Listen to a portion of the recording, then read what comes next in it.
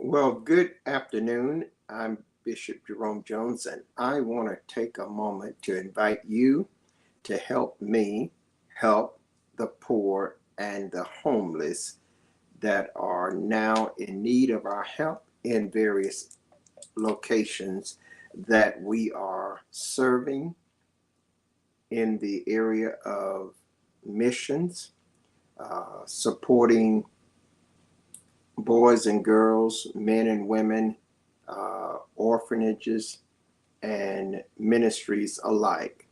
And I want to take time to ask those of you that would hear this broadcast to make some contribution that will give us a chance to get Bibles. We are looking to get at least another 24 Bibles that we need to ship out. And if you could get one of them, just one, would be a tremendous help to the cause. So this broadcast is going to be about 15, 20 minutes long, and it is strictly dedicated to helping get Bibles and food. And the food is actually rice. And the next thing we're in serious need of is clean drinking water. That's right. We need those three things, and we're making progress by the grace of God. We're being able to send some water. We had our family in Liberia, uh, evangelists and their family uh, sent me a word last week that it was getting very desperate there for water. And I mean, I know what that's like because I was there in Liberia, and the water is just absolutely sickening. And I witnessed a lot of people get uh, sick because of it. A lot of the ministers and missionaries and babies and all the such were really being flooding the hospitals and not getting any treatment because they were simply drinking some very, very dangerous water. So we have this mission, and what we do is that we get them a full month supply of clean drinking water. Now, guys, something as simple as a bottle of water like this is so precious to them. It is life preserving. So I want you to help me send water to those that are thirsty. Would you do that for us? Would you just say, well, I'm just gonna take time to send it. It may only be a $5 that you have. Don't don't think that your $5 is not gonna make a huge impact, because it could very well be saving the life of a little baby, saving the life of a grandmother, saving the life of a young man or woman. So please give us whatever you can, and let us put it together and get water to these desperately needed uh, people there in Africa, as well as India and Pakistan. Now, I am going to say again the three things that are so needed, and that's Bibles. Guys, we take this for granted. You don't hear people really broadcasting about a need for Bibles because we take it for granted that we have a Bible on every nightstand or in every drawer, on all the tables, and we got access to DVDs, we got access to our digital, we got access to an abundance of word. But I am ministering to people that don't have the Bible, and they are begging me for Bibles. They are begging me. I just got a young man here, and he is on air. You will see him on air in following our broadcast or making comments on our broadcast. And he says to me, I'd like you to teach me, and kindly, Bishop Jones, help please with some Bibles, please, for my small ministry, 200 Bibles, and God bless you. So there, I told you I needed 24 because, but we can, if we had 1,000 Bibles right now, we would be able to give them all out and still wouldn't have enough.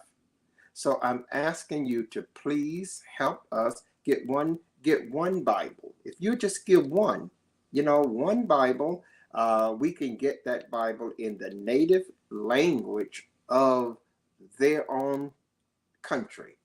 And that will enable us to save on the cost, first of all, because it costs a lot more to ship a Bible there than it is to get it through the process that we get the Bibles. And then when we try shipping it, it's not always in their native tongue. And so what we have now is the process that we have right in place now is that if it's in India, we can get it in their native tongue. If it's in Liberia, if it's in Uganda, in Africa, wherever, we can get it in their native tongue. In Pakistan, and get it in their native tongue. And the process is seamlessly smooth. So I'm going to ask you to help us get those 24. This one group needs 200. But we have to spread them out, and we spread them out in various groups because there are those that are preaching the gospel out in the villages, in the bushes, in the places that nobody goes, but those villages are packed with people, packed with souls. And so I want you to help me put a written Bible there. They don't have the ability to do technology like we do. For instance, we got an app that we can just, turn on and it'll talk to us. It'll give us our Bible. Well, they don't have access to the data that powers the app.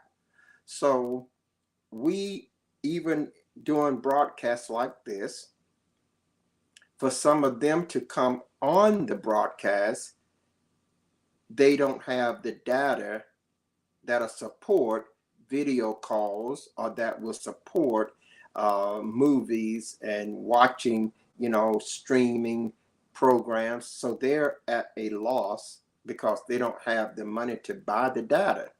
And those are that you see at times that are on the broadcast with me, I virtually buy the data for them to load on their phone so that they could come on the air and participate in even some of the Bible studies and the discipleship training.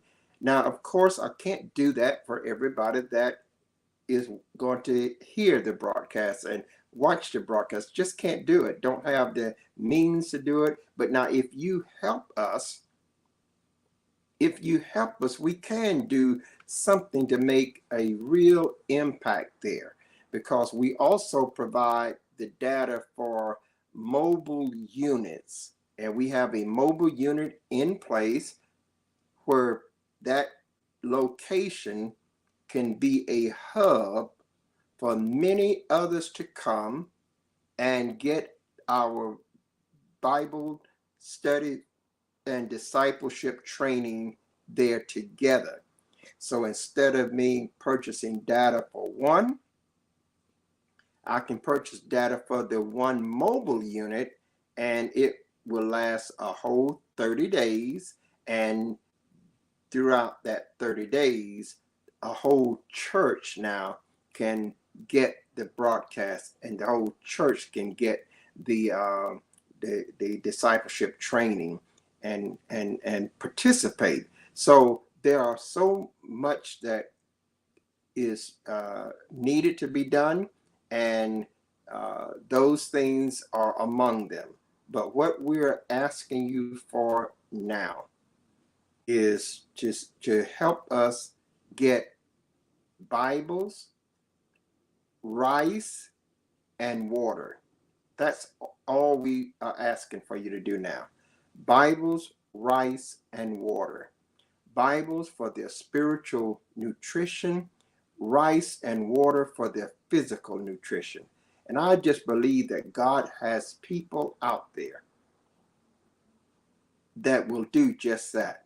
I believe that God has people out there that are going to do just that. You know, it's been an uphill fight, and God has said this to me, and I'll never forget it. I'll never forget it. I'll never have to remember, like, because I'm not going to forget, but I never have to wonder.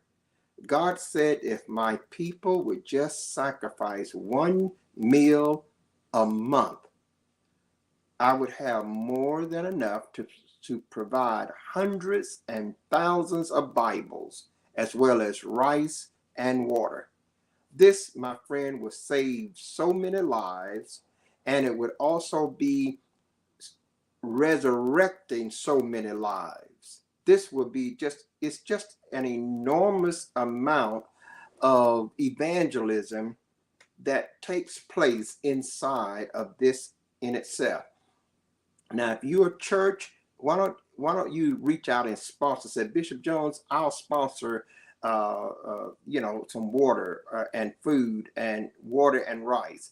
Why don't you say, well, because we get rice in 50-pound bags, and we'll send that rice in those 50-pound bags or 25-pound bags. But we generally do enough for a whole month, and I'm all into instructing these families on how to portion their food out so that they don't have any waste. One of the things I've had to do is work with families on how to only cook enough that you're going to eat, because they don't have the kind of refrigeration that we have. And so all of these things are included in our ministry to the inside of these missions, because we don't want to buy a whole 50-pound bag of rice and then they overcook it and don't have no way to keep it, because many times they don't even recognize that the food has gone bad, and they'll eat that and get food poison. So I've had to address them in how to cook the food proportion to your family. And some of the locations, we got some refrigeration in there, so that now they could keep it in the refrigeration. But there had to be so much involved in helping these villagers to know that this is what you need to do so that you can get the maximum out of it. So I'm asking you today to give us some water, rice, and a Bible. If you'll do that, you may say, well, Bishop Jones, I don't have. Listen, if you will walk into your kitchen right now, you would find enough to make all kind of meals out of it. But that's not the case with the people that we're helping. They have nothing in there to eat. They have no water. I came on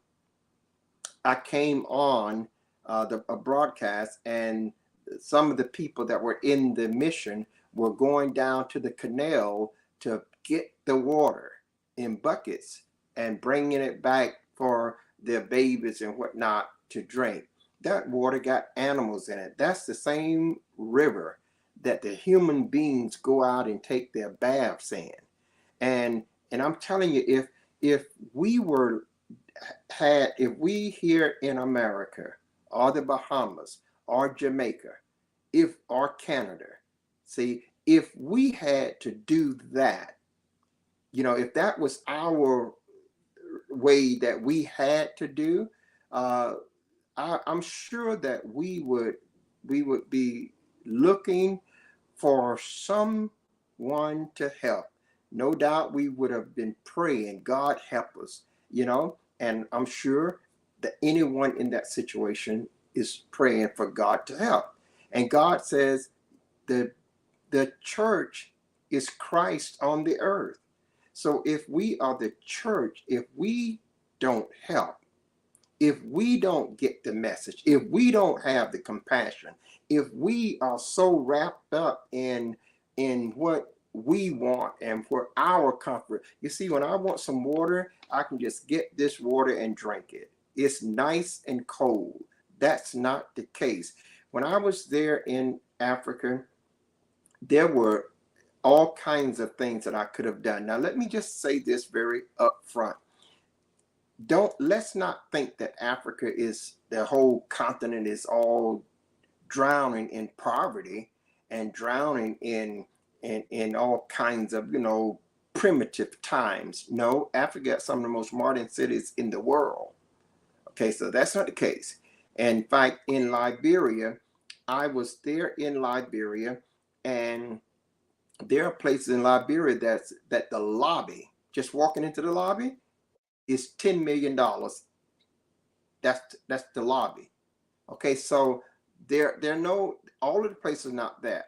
I could have stayed in the Diplomat Hotel while I was there, but I stayed in another hotel that was a sweat box. It was 102 to 105 degrees at all during the day, and at night you sleep and get wet, and but I could have went down the road and got in another hotel that had cool air condition and marble floors and chandeliers, and the housekeeping department was in tuxedos, and bow ties and blouses, the state of the art kitchens and food, and I could have stayed there, but I chose not, because it would have cost me a little bit more, and what our goal was to go and be helpful to the people. We didn't take not one dime from the offering of the entire crusade, because our goal was to help the people, And so I want to say to you, you know, one meal can save a life. And so I'm asking you today to sacrifice one meal. Help us get food, which is rice. That's all we're asking for: rice, water, and a Bible. If we can put that in the hands of a family, a mom that has no one to help but her children, or a young man that is taking care of the whole family because he's the only one that can work. I've got pictures here. I've got all kinds of situations that has taken place, to the point of some have just died. Some committed suicide because they were starving to death. All of these things are real. They're not just make believe. I know that sometimes we think that words are just stated, and that's true. Sometimes people just say things, and they're not always as they're being stated. But I'll show you this. One of the most shocking things that happened to me is when a pastor that was one of the orphanage that we are supporting, one of them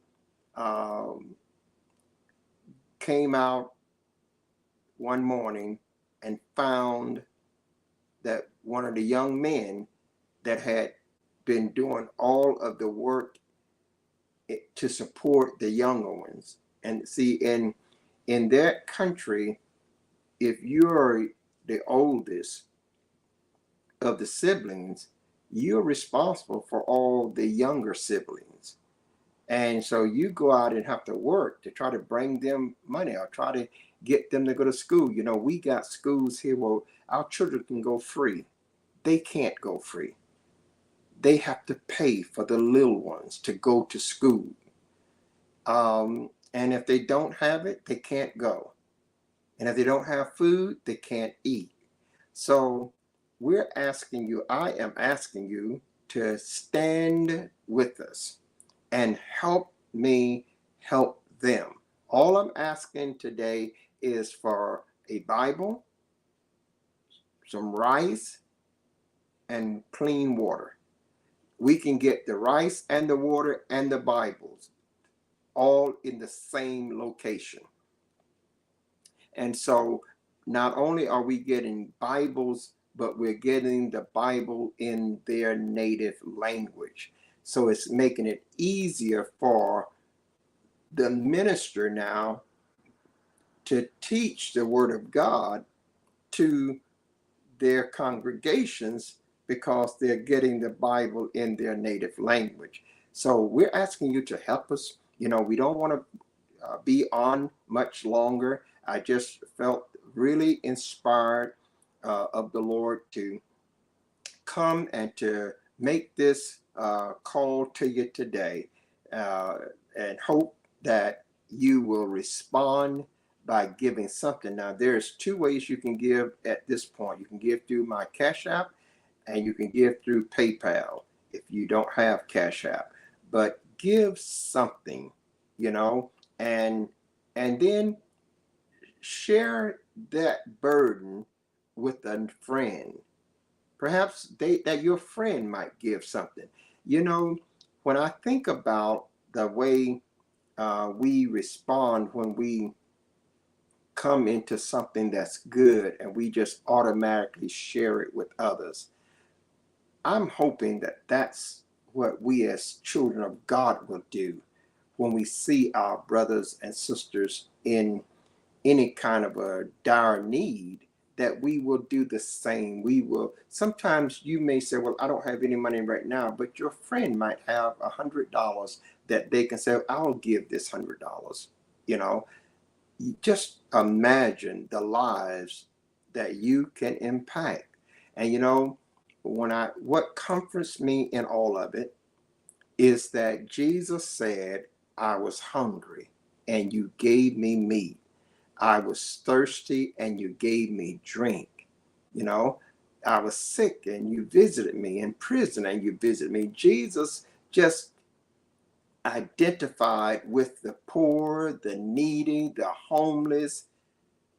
And so it comforts me to have the focal point of ministry on the poor and homeless around the world. I believe that Christ, were he here in the flesh himself now, would be doing the exact same thing. And we've been in a lesson, and we're still teaching from that Caribbean conference message. Christ, or the church, is Christ on earth. So that means we are Christ's hands, we're Christ's feet, we're Christ's eyes and ears and heart and mind. And so let's exercise that compassion and that love to help the poor and the needy. I hope you'll go to my Cash App and give something. I hope I can count on you to give something that we'll be able to get this out to those that are in need this week. We need to get it out to them this week. We're already late. So the quicker, the better. God bless you. I'm Bishop Jones saying have a Jesus-filled day. Bye-bye.